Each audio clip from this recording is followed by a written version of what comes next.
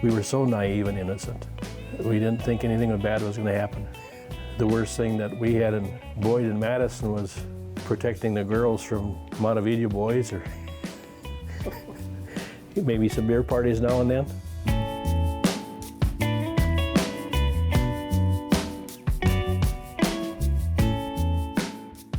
I graduated from auto mechanic school in Canby. I knew the draft board would be on my case, so I went to the Air Force recruiter. I said, I want to be a jet engine mechanic. He said, well, right now the Air Force is plumb full. Why don't you go down and see the Navy recruiter? I said, the Navy recruiter? I said, I want to work on boats, I want to work on airplanes. He says, they got airplanes. I had a recruiter that was pretty honest with me. I wanted to go into the Seabees because I was running heavy equipment at the time, and he says, no, he said, that's pretty rough for you. He said, why don't you get into hydraulics? So he got me into aviation hydraulics, and they lived up to it. The recruiter from the Navy said, well, remember in the Navy, you have clean sheets and a Coke every night. And I thought clean sheets sounded pretty good rather than a foxhole. Pretty good food. Always had a bed to sleep in. Wasn't sleeping with the snakes and whatever else out in the woods. So I feel pretty secure being on a ship.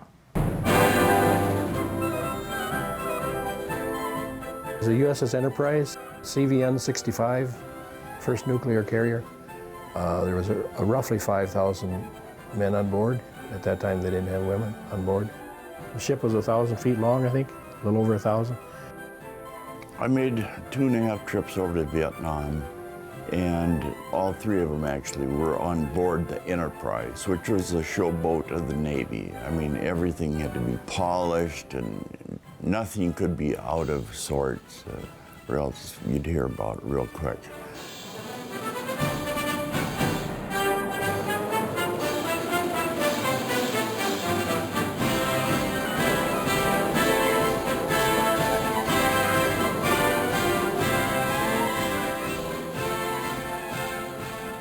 I guess January 14th was a pretty big morning for all of us.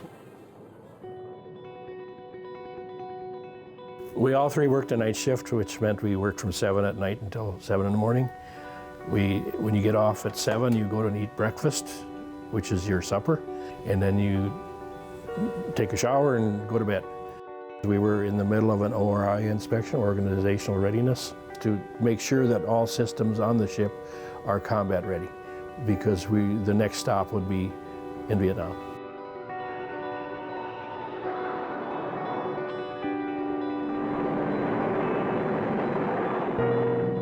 It was a little after 8, like 20 after 8. I'd just gone to sleep, and I heard this tremendous bang.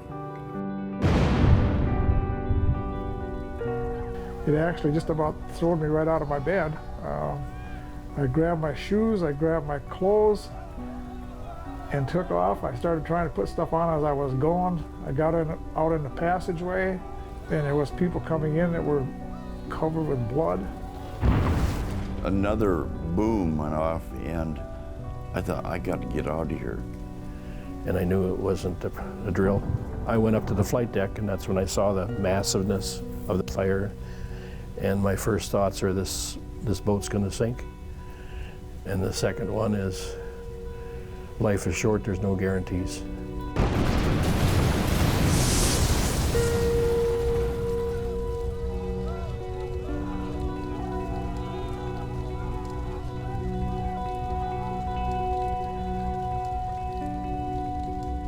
And I didn't know where to go. I mean, when you're on board a ship, you've got narrow hallways.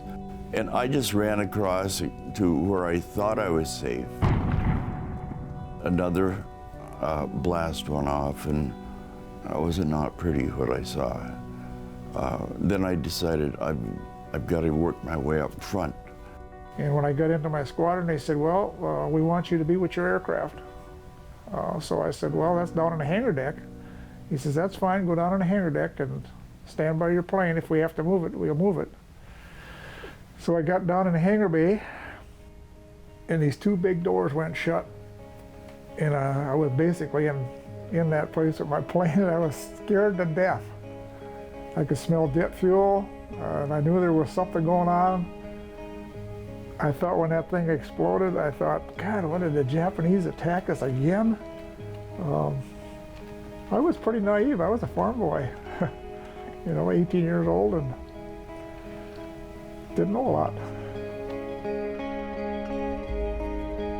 I had just been asleep a half an hour ago. And there's some things that your mind doesn't want to deal with, so you just go into kind of a stupor. And this wasn't supposed to happen because we weren't at war. We were training.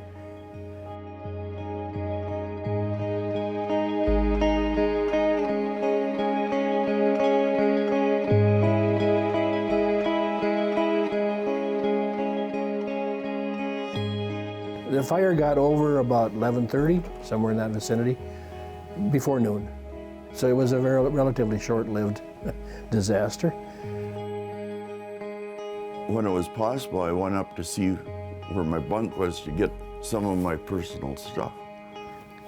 Well, that room wasn't there. It was just all blasted to pieces.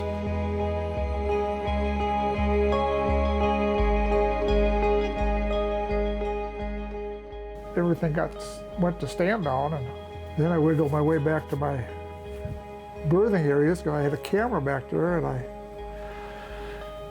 got back up. I don't know. Went back up and got up high enough so I could overlook the flight deck and took some bunch of pictures.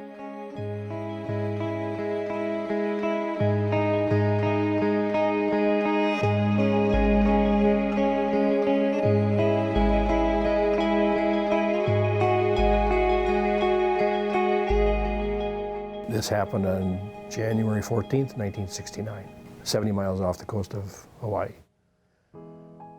I think there was 18 separate explosions.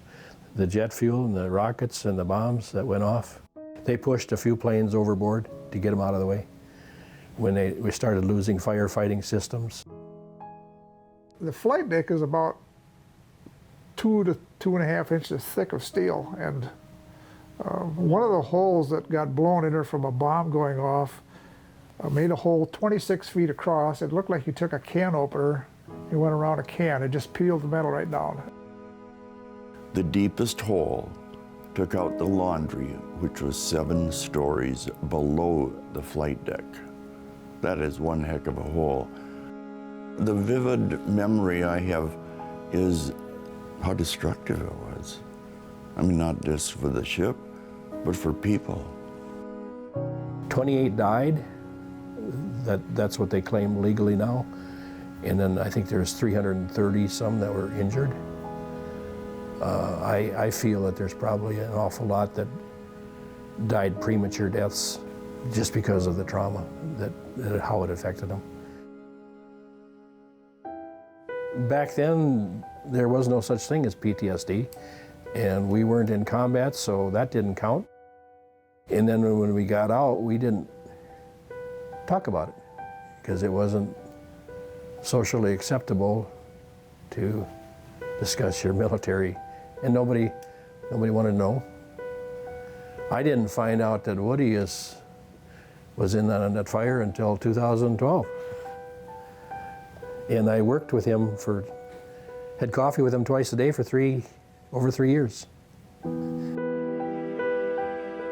I didn't know what happened, what caused it, and I didn't know for years and years and years what caused the fire. I just didn't talk to anybody about it, And Dennis was actually the one that kind of clued me into what exactly happened to start the fire. You got to start these jet engines with a jumper.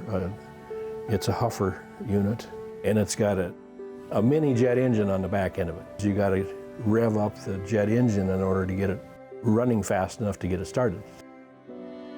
The guy couldn't get at the hookup for his hose because the chain was in the way. When you have a launch like that, there are no excuses because you got somebody just screaming at you to get the planes launched. Because if you can't launch the first one, then the second and third ones can't be moved either. because they're packed in there that tight. His exhaust was 12 to 18 inches away from a rocket, and it overheated the rocket and it started a chain reaction.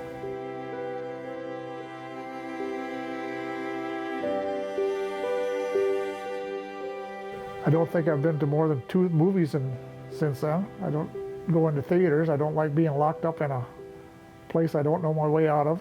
I've been on the fire department for 47 years now, so since that happened, I've just always been involved in something with the fire department or fire, so I'm still an active fireman.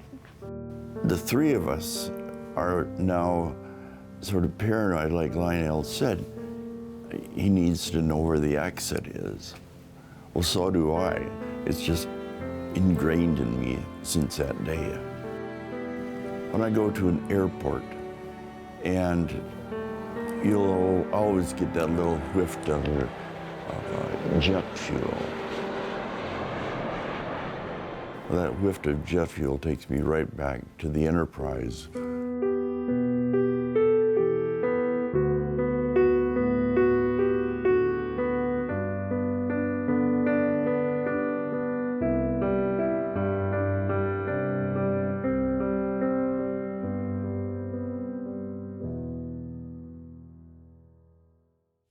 Postcards is made possible by the Minnesota Arts and Cultural Heritage Fund and the citizens of Minnesota. Additional support provided by Margaret A. Cargill Philanthropies, Mark and Margaret Yakel-Julien on behalf of Shalom Hill Farms, a retreat and conference center in a prairie setting near Windham, Minnesota. On the web at shalomhillfarm.org. Alexandria, Minnesota, a year-round destination with hundreds of lakes, trails, and attractions